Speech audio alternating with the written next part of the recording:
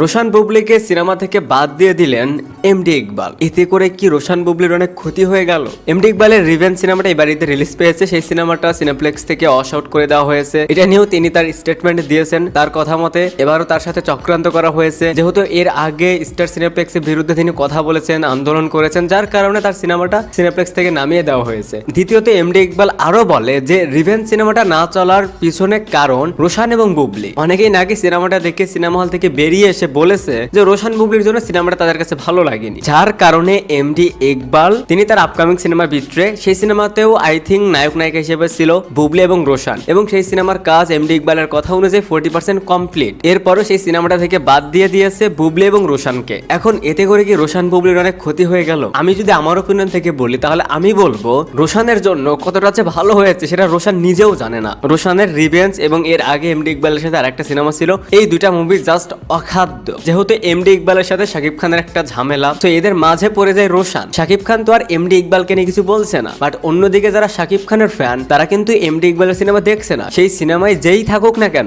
MD Iqbal তার কথার style, তিনি যেভাবে ভাষণ দেয় সেটা অতীব জঘন্য। সো এর মাঝে রোশান পড়ে জাস্ট তার ক্যারিয়ার শেষ করতে যাচ্ছিল। এই যে এমডি ইকবাল ভেবেছে যে রোশানকে নিয়ে আর কাজ করবে না, আমার কাছে মনে হয় যে রোশানের ক্যারিয়ার এখন এখান থেকে শুরু হওয়া উচিত। এই যে এদের সাথে সিনেমা করা, এই যে ডিরেক্টর যিনি এমডি ইকবাল, তারা যে স্টাইলে কথা বলে, যেভাবে একে অপরকে নিয়ে সমালোচনা করে, তো এদের সাথে যেই কাজ করবে তার ক্যারিয়ারই শেষ হয়ে যাবে। তার যতটুকু ফ্যান বেজ সেটাও আর থাকবে না, তার মার্কেটে যতটুকু ভ্যালু সেটাও আর থাকবে না, যেটা রোশানের এখন নেই বললেই চলে। এই যে রিভেঞ্জ সিনেমাটা চলছে, কজন মানুষ, মানে রোশানের সিনেমা চলতেছে, বুবলির সিনেমা চলতেছে, আমাকে গিয়ে দেখতে হবে, কজন মানুষ এটা ভেবে দেখতে গেছে? আর যে বা যারাও ভাবছে, আবার যখন দেখছে যে এই ফিল্মের ডিরেক্টর এমডি ইকবাল, তখন আর দেখতেই যায়নি। আর যতটুকু এই সিনেমাটা চলতেছে সেটা হচ্ছে মানুষ জাস্ট বিনোদনের জন্য। মানুষ জানে যে এমডি ইকবালের সিনেমা, সেখানে যেই অ্যাক্টর অ্যাক্ট্রেস থাকুক না কেন সেখানে বিনোদন পাওয়া যাবে। একটা সিনেমা যখন খুবই খারাপ হয় তখন সেটা নিয়ে ট্রল করা যাবে, সেই সিনেমাটা দেখে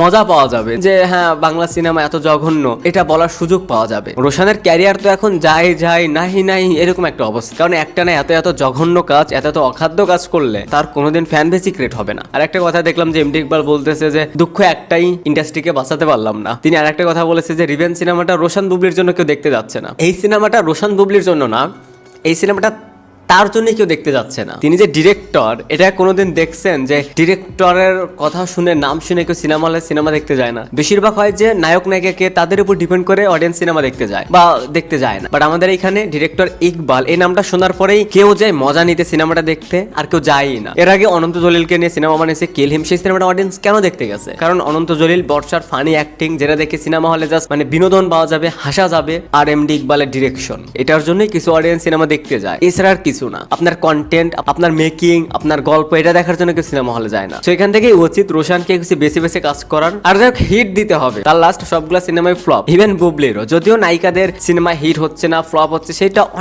অনেক বেশি ম্যাটার করে না, ম্যাটারটা করে নায়ক। একটা না 3 থেকে 4টা সিনেমা ফ্লপ হলে তার আর কি মার্কেট ভ্যালু থাকে? যদি সে সুপারস্টার হতো, তার কামব্যাক করার একটা ওয়ে থাকে।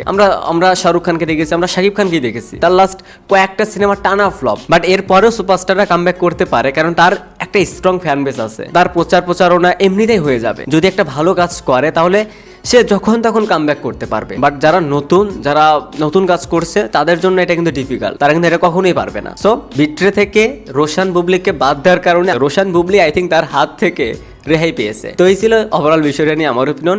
Thanks for watching, by.